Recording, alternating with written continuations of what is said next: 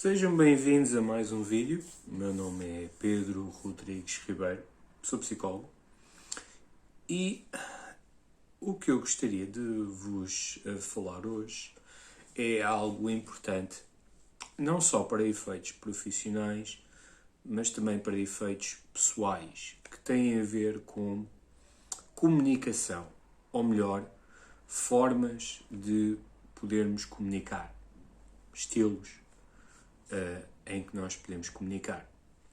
Em vídeos anteriores eu falei sobre a importância da linguagem não verbal, do nosso comportamento, dos nossos gestos e como isso muitas das vezes pode ir em congruência ou não com aquilo que nós falamos. No entanto, a forma como nós falamos é tão ou mais importante do que o conteúdo. Certamente que o conteúdo é importante, até porque se o conteúdo não for importante, as conversas não fazem sentido.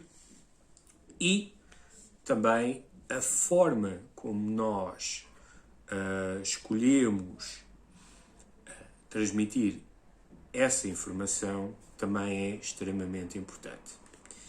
E dentro daquilo que são as formas de comunicação, as estratégias de comunicação, a arte de comunicar, existem determinados estilos de comunicação. Esses estilos de comunicação são, obviamente, adaptativos a cada situação, ou seja, embora haja uns que poderão ser mais eficazes do que outros, o que é certo é que nem sempre conseguimos mantê-los e, em algumas circunstâncias, se calhar até nem é desejável. E, sobretudo, eles transmitem a forma como nós lançamos os conteúdos. Alguns desses estilos ou formas de comunicação são mais inatas da pessoa, correspondem mais às suas características enquanto pessoa, de identidade, de personalidade, experiências, etc. Outros poderão ser adquiridos e treinados e interiorizados de modo a conseguir melhorar, a que a pessoa melhore as suas capacidades enquanto comunicador. E então, que estilos de comunicação é que existem? Bom, eles não estão por uma ordem, portanto, eu vou citando a cada estilo. Um dos estilos é um estilo de comunicação passiva. Neste estilo de comunicação passiva, o indivíduo assume uma postura de submissão e de sobreinvestimento das necessidades do outro em prol das suas. Por exemplo, isto pode-se ver quando um empregador vira-se para um trabalhador a exigir ou a sugerir a brevidade de um determinado trabalho. E o trabalhador que assume um estilo mais passivo, aquilo que faz é colocar-se na disponibilidade para realizar, para dar o extra relativamente a essa tarefa, mesmo que isso implique ultrapassar os horários de trabalho e até mesmo o fim de semana. Isto, obviamente, sem qualquer gratificação ou sem qualquer recompensa ou reajuste da entidade empregadora.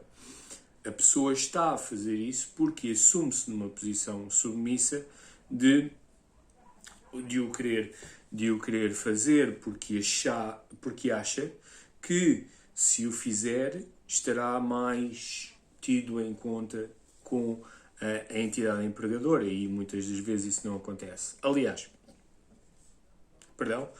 quase nunca isso acontece. E então a pessoa simplesmente no seu estilo de comunicação aceita tudo aquilo que o outro diz. incluindo, por exemplo, se alguém refere que a pessoa não foi tão competente, que fez asneira, que não sabe daquilo que está a dizer, e uma pessoa com um estilo de comunicação passiva vai aceitar tudo aquilo que a pessoa está a dizer sobre si e ainda é capaz de reforçar essa mensagem. Um outro estilo de comunicação tende a ser o estilo agressivo. Neste estilo agressivo, o comunicador assume ou aquilo que ele relata acerca de outro ou de uma determinada situação, como o próprio nome diz, é devotado de uma zanga, de uma agressividade para, de alguma forma, para minorar, para fazer ali pressão, para realizar algo não muito construtivo. E isto não tende a ser só com o tom de voz, mas também pelas palavras e pela adjetivação que se utiliza. Portanto, é um estilo muito, muito agressivo. Geralmente, nós oscilamos ou podemos utilizar esse estilo agressivo quando estamos numa situação em que de alguma forma nos irritam ou que de alguma forma nos ativam e a comunicação que vem a seguir tende a ser mais agressiva. Isto acontece muito, por exemplo, com as chamadas de telemarketing ou com as chamadas dos empregados de call center e das pessoas que trabalham em empresas de comunicações, de telecomunicações, quando sistematicamente tentam vender um produto ou tentam aliciar a pessoa a comprar algo e nós dizemos que não, e depois chega a uma determinada altura em que o nosso não já não é tão simpático e nós passamos para uma dinâmica de agressividade. E geralmente, quando nós temos alguém que assume uma posição de comunicação mais passiva, temos também, do outro lado, alguém que assume uma comunicação agressiva. Portanto, isto é um pouco os opostos. Uma outra forma de comunicação tende a ser comunicação passiva ou agressiva, que é, no fundo, a mistura das duas posturas e das duas formas de comunicação, com uma leve exceção, que é o indivíduo que assume ou que utiliza uma comunicação passiva ou agressiva, no primeiro momento, quando está frente a frente com o emissor, ele assume uma posição passiva. E depois, quando se retira, quando o emissor já não está presente de costas, então aí ele assume uma comunicação agressiva. Por exemplo, utilizando a imagem do trabalhador que tem que ficar de alguma forma a fazer horas extra ou utilizar parte do seu fim de semana para trabalhar num determinado projeto, quando isso lhe é exigido ou quando é fortemente sugerido para ele fazer, aquilo que essa pessoa faz, num estilo passivo-agressivo, é, quando está frente a frente com o empregador, assume uma posição passiva. Claro, com certeza, pode contar comigo, eu não tenho quaisquer problemas em dar o meu máximo, etc. E depois, quando a conversa termina, ele diz, lá está aquele gajo novamente, aquele filho da mãe exigir-me aquele, porra, que nervos, mas porquê que o gajo está sempre a implicar comigo e não vai ali outros, parece que não há outras pessoas que até trabalham menos do que eu não deveria estar a levar com esta treta.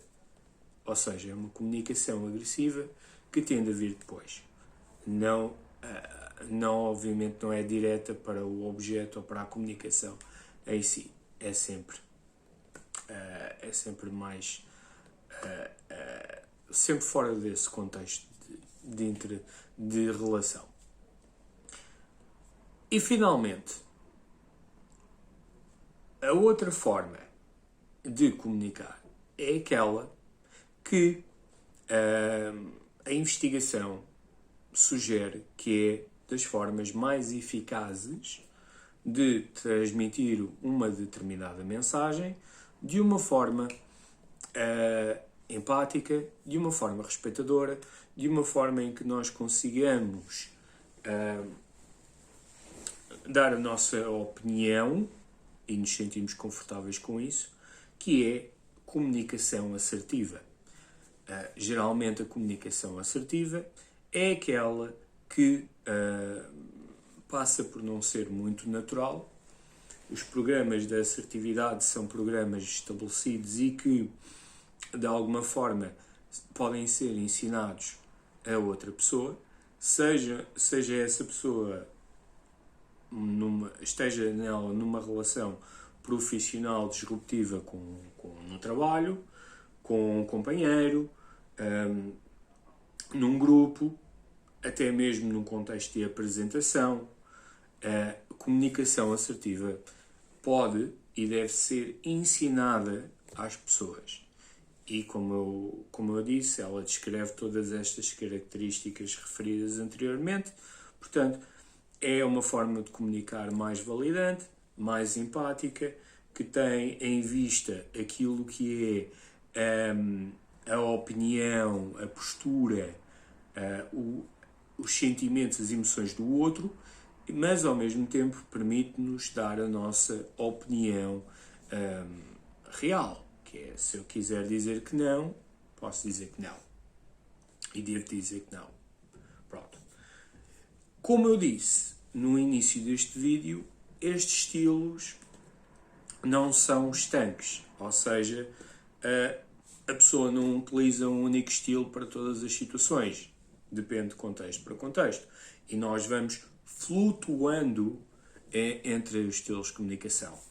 Obviamente que quanto melhor for o nosso estilo de comunicação e quanto melhor for a nossa forma de comunicar, mais fortemente ou mais eficazmente nós conseguimos transmitir a nossa mensagem de uma maneira polida, direta ao receptor e evitando sempre o conflito. E isso é essencial no estabelecimento de relações, quer em termos pessoais, quer em termos profissionais. Portanto, muitas das vezes, algumas das situações em que nós nos encontramos mais prejudicados ou que nós conseguimos percepcionar mais barreiras, tendem a ver com a comunicação, com relações e a forma como nós estabelecemos essa mesma comunicação. E daí que terem atenção a estes estilos de comunicação é algo muito útil, especialmente para determinados contextos. Resta-me agradecer-vos a estarem aí desse lado. Se gostaram deste vídeo, subscrevam ao canal, partilhem. Fiquem bem, protejam-se, fiquem com saúde e vemo-nos no próximo vídeo.